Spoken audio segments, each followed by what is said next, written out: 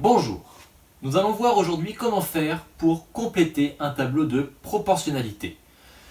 Ici, j'ai tracé un tableau avec les poids sur la première ligne en kilos, les prix sur la deuxième ligne en euros. Je m'arrange pour que ma situation soit proportionnelle, car sinon les méthodes que l'on va voir ne fonctionneront pas.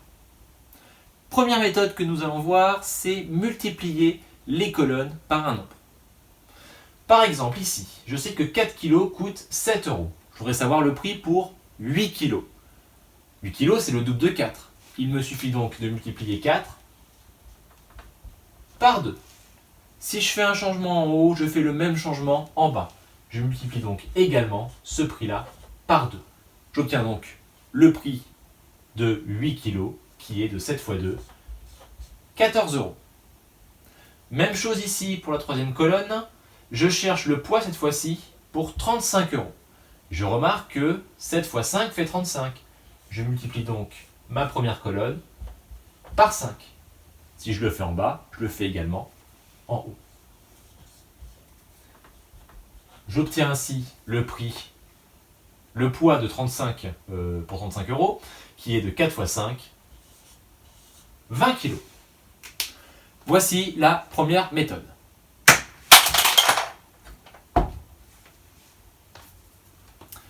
Méthode numéro 2. Cette fois-ci, on va essayer d'additionner des colonnes entre elles.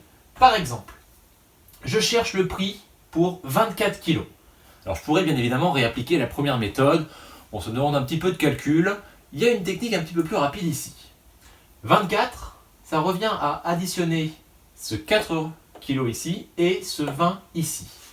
Donc en gros, j'additionne la première colonne avec la troisième pour trouver la quatrième.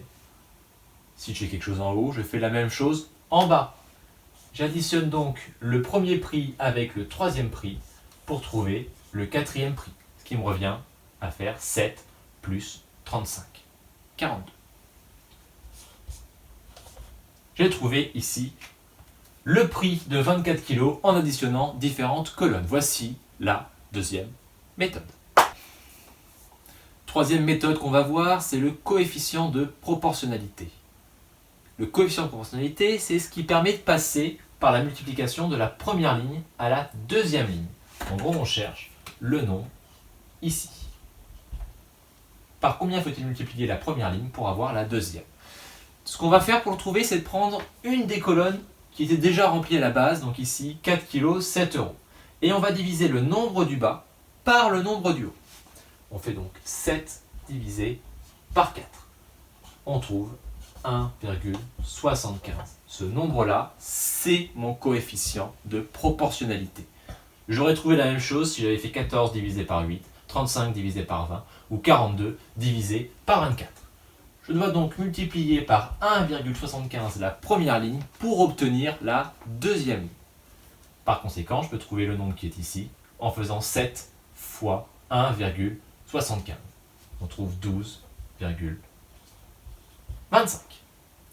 Pour trouver le nombre de la dernière colonne, cette fois-ci, on veut faire l'inverse. On ne veut pas partir du bas pour arriver, du haut pour arriver en bas, on veut partir du bas pour arriver en haut. Donc l'inverse de la multiplication, c'est bien évidemment la division. On va diviser 18,20 par 1,75. On va trouver un résultat de 10,4. Dans l'autre sens, c'est une division par 1,75. Voici les méthodes principales pour remplir un tableau de proportionnalité. Dernière méthode qu'on va voir pour remplir un tableau de proportionnalité, c'est la méthode dite du produit en croix. Donc ça arrive quand vous avez un tableau de 4 cases, 2 en haut et 2 en bas, que vous avez 3 nombres sur les 4 et que vous cherchez le quatrième. Celui-ci s'appelle d'ailleurs la quatrième proportionnelle. Donc on appelle cette technique le produit en croix parce qu'il va y avoir l'idée de produit, donc de multiplication, et la croix, elle vient de ce symbole-là. Donc le produit en croix, il faudra multiplier la diagonale des nombres que l'on connaît. Donc ici, on connaît 7 et 12. On les multiplie ensemble. Et ce résultat qu'on va trouver, on va le diviser par le nombre qui est tout seul, à savoir le 5. 7 fois 12 divisé par 5. On effectue le calcul encore une fois à la calculatrice pour trouver un résultat de 16,8. On a rempli notre tableau de proportionnalité. Cette technique-là marche toujours, mais encore une fois, il y a plein de façons différentes de remplir un tableau de proportionnalité. L'important, c'est d'être le plus efficace possible et d'éviter au maximum des calculs un petit peu compliqués. Cette vidéo est à présent terminée. Tu peux remplir et compléter n'importe quel tableau de proportionnalité. Bon courage!